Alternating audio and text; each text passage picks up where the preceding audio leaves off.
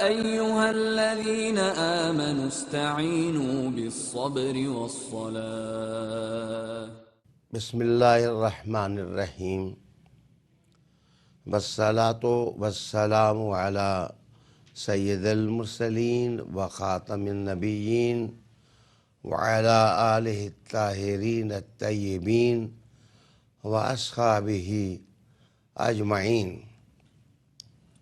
یا ایہا الذین آمنوا لا تخونوا اللہ والرسول وَتَخُونُوا أَمَانَاتِكُمْ وَأَنْتُمْ تَعْلَمُونَ۔ قابل احترام ناظرین، آیہ کریمہ کے اندر ایک چیز سے منع کیا گیا، وہ ہے خیانت۔ کہا گیا کہ اے ایمان والو، اللہ اور رسول معظم صلی اللہ علیہ وآلہ وسلم سے خیانت نہ کرو۔ جب تک اس آیہ کریمہ کا پس منظر ذہن میں نہ لایا جائے، اس کے تقاضوں کو سمجھنا مشکل ہوگا، اور جب وہ سمجھ نہیں آئیں گے تو اس پر عمل کی عمارت تعمیر کرنا دشوار ہوگا۔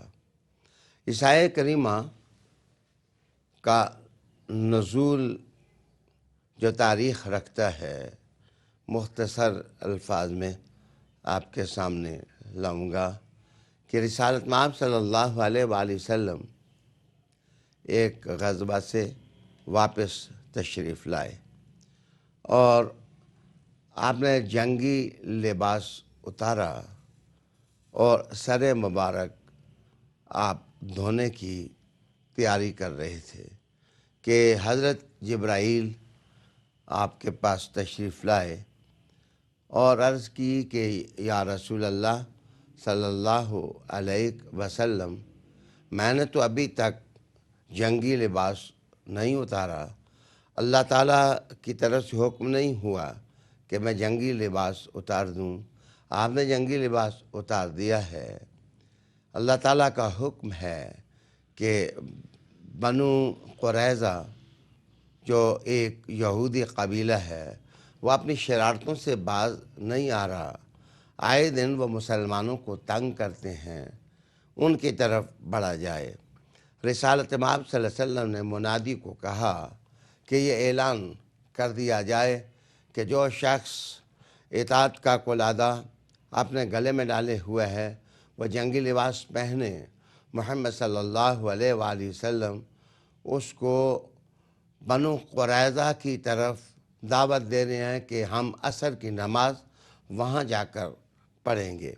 رسالت مآب صلی اللہ علیہ وآلہ وسلم نکلے تو مسلمان پرجوش ہو کر کے آقا حضور صلی اللہ علیہ وآلہ وسلم کی غلامی میں آپ کے ساتھ ساتھ آگے بڑھے۔ اونٹ سواروں اور گھڑ سواروں نے رسالت مآب صلی اللہ علیہ وسلم کی سواری کو اپنے گھیرے میں لے لیا۔ آپ جس وقت بنو قریظہ کی گڑی میں پہنچے تو جھنڈا آج مسلمانوں کے لشکر کا حضرت علی المرتضیٰ کرم اللہ وجہ الکریم کے ہاتھ میں تھا۔ آپ نے بنو قریظہ کے قلعے کے ساتھ یہ جھنڈا گاڑ دیا۔ یہودی قبائل کے لوگ، بوڑھے، بچے اور ان کی عورتیں قلعے کے اوپر سے مسلمانوں کو گالی گلوچ کرنے لگیں، سب و شتم کا طوفان اٹھانے لگے اور اکا دکا تیر بھی پھینکنا شروع کر دیا۔ جواب میں مسلمانوں نے بھی تیر پھینکنے شروع کیے۔ جب یہودیوں نے دیکھا کہ اس معاشرے میں سوائے ہماری شکست کی ذلت کے اور کچھ نہیں ہے، تو انہوں نے سفارتیں بھیج کر کے رسول اللہ صلی اللہ علیہ وسلم سے پناہ مانگی۔ حضور صلی اللہ علیہ وآلہ وسلم نے کہا کہ بہتر نہیں ہے کہ تم اپنے کسی قبیلے کے ایسے فرد کو اپنا سردار بناؤ فیصلے کے لیے جو مسلمان ہو گیا ہو، لیکن اس کے اندر تمہارے قبیلے سے رشتے اور ناطے کی جو گرمی ہے وہ موجود ہو۔ ان لوگوں نے حضرت سعد بن معاذ رضی اللہ تعالی عنہ کا انتخاب کیا۔ جس وقت انتخاب ہو گیا تو سعد اس وقت ایک خیمے میں تھے، زخمی ہونے کی وجہ سے رسول کریم علیہ السلام نے ان کو اپنی نگرانی میں رکھا ہوا تھا، ان کی مرہم پٹی ہو رہی تھی، ان کو ایک سواری پر بٹھایا گیا اور رسالت مآب صلی اللہ علیہ وسلم کے پاس لایا گیا، اور یہودیوں نے قبول کر لیا کہ ان کا فیصلہ سعد بن معاذ کرے۔ جب حضرت سعد تشریف لائے، ان کی سواری آئی تو رسول اللہ علیہ السلام نے کہا قوموا الی سیدکم، تو اپنے سردار کے لیے، اس کے احترام کے لیے کھڑے ہو جاؤ۔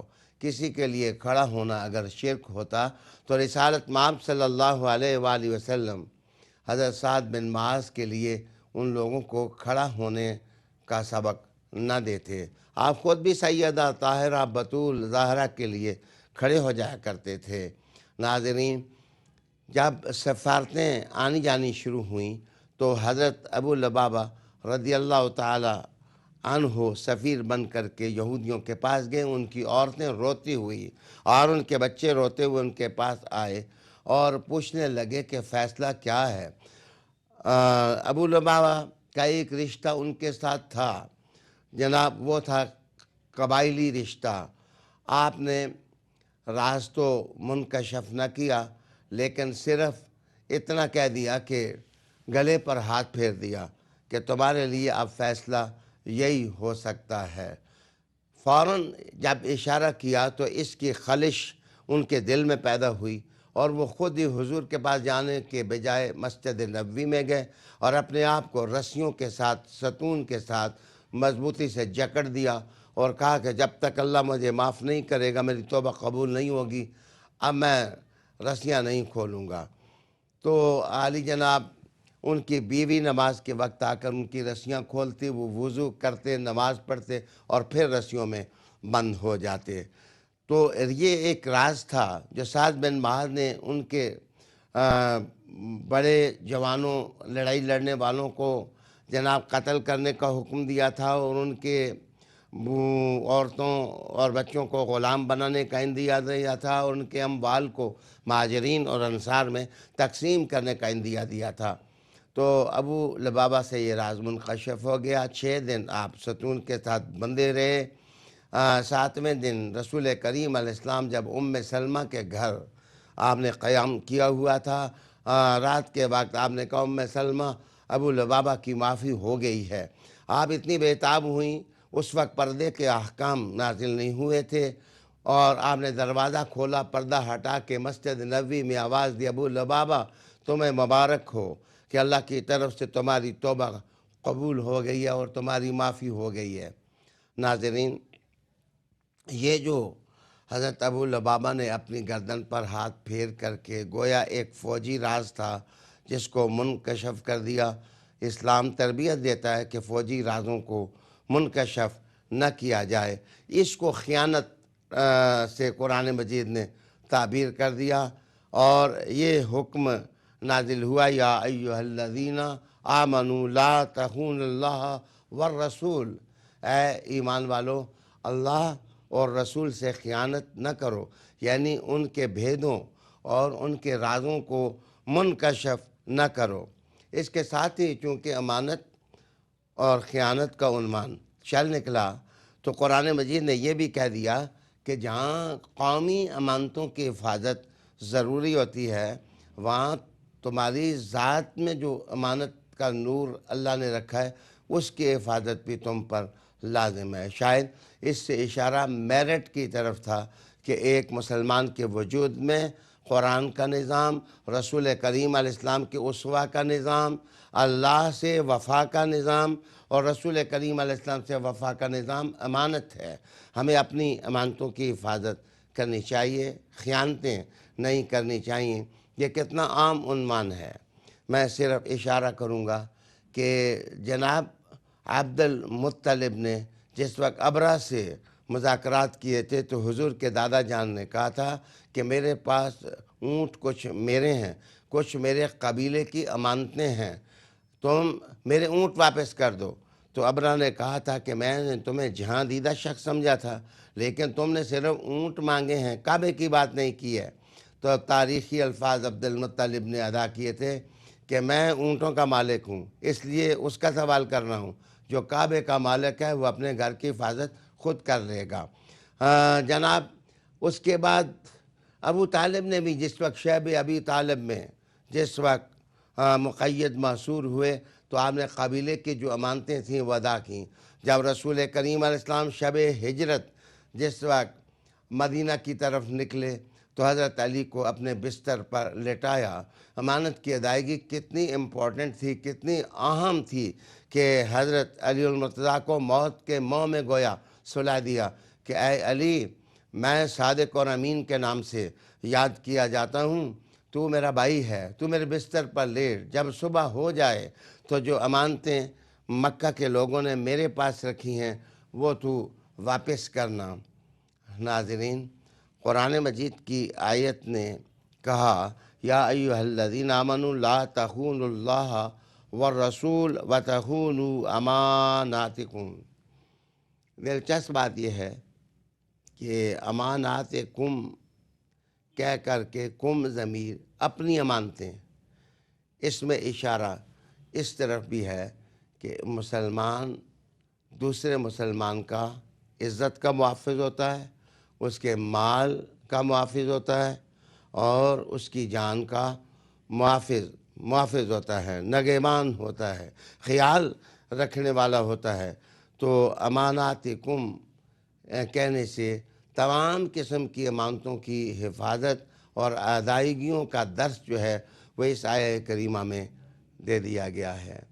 ایک بات کی طرف ضرور اشارہ کروں گا کہ اس وقت عصر حاضر میں سب سے بڑا جو بونچال قومی اور ملی زندگی میں آ گیا ہے وہ میرٹ کا تباہ ہو جانا ہے۔ یہ لفظ سیاسی آہنگ نہیں رکھتے، یہ تو قرآن مجید کی ایک امانت ہے جو ادا کی گئی ہے۔ ایک آدمی صحت کا ماہر ہوتا ہے، وہ ڈاکٹر ہوتا ہے، اس کو ہم وزیر خزانہ لگا دیتے ہیں۔ ایک آدمی خزانوں کا ماہر ہوتا ہے، اسے کسی دوسری جگہ لگا دیتے ہیں۔ ایک آدمی نالائق ہوتا ہے، سفارش سے ہم اس کو افسر بنا دیتے ہیں۔ ایک آدمی کسی کام کو جانتا نہیں ہوتا، اس کی جگہ ہم ایک اور آدمی، یہ سب میرٹ کو تباہ کر دیتا ہے۔ اور جو قوم اور جو ملت میرٹ کی حفاظت نہیں کرتی، ٹیلنٹ کی حفاظت نہیں کرتی، صلاحیتوں کی حفاظت نہیں کرتی، اہلیتوں کی حفاظت نہیں کرتی اور ان کا خیال نہیں رکھتی، وہ کبھی بھی زندگی کے صحرا سے کامیابی کے ساتھ ساحل پر اور کنارے پر نہیں پہنچ سکتی۔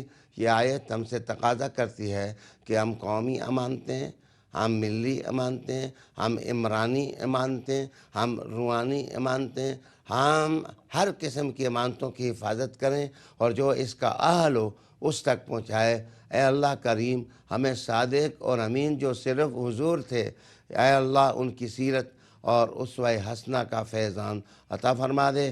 وآخر دعوانا ان الحمد للہ رب العالمین۔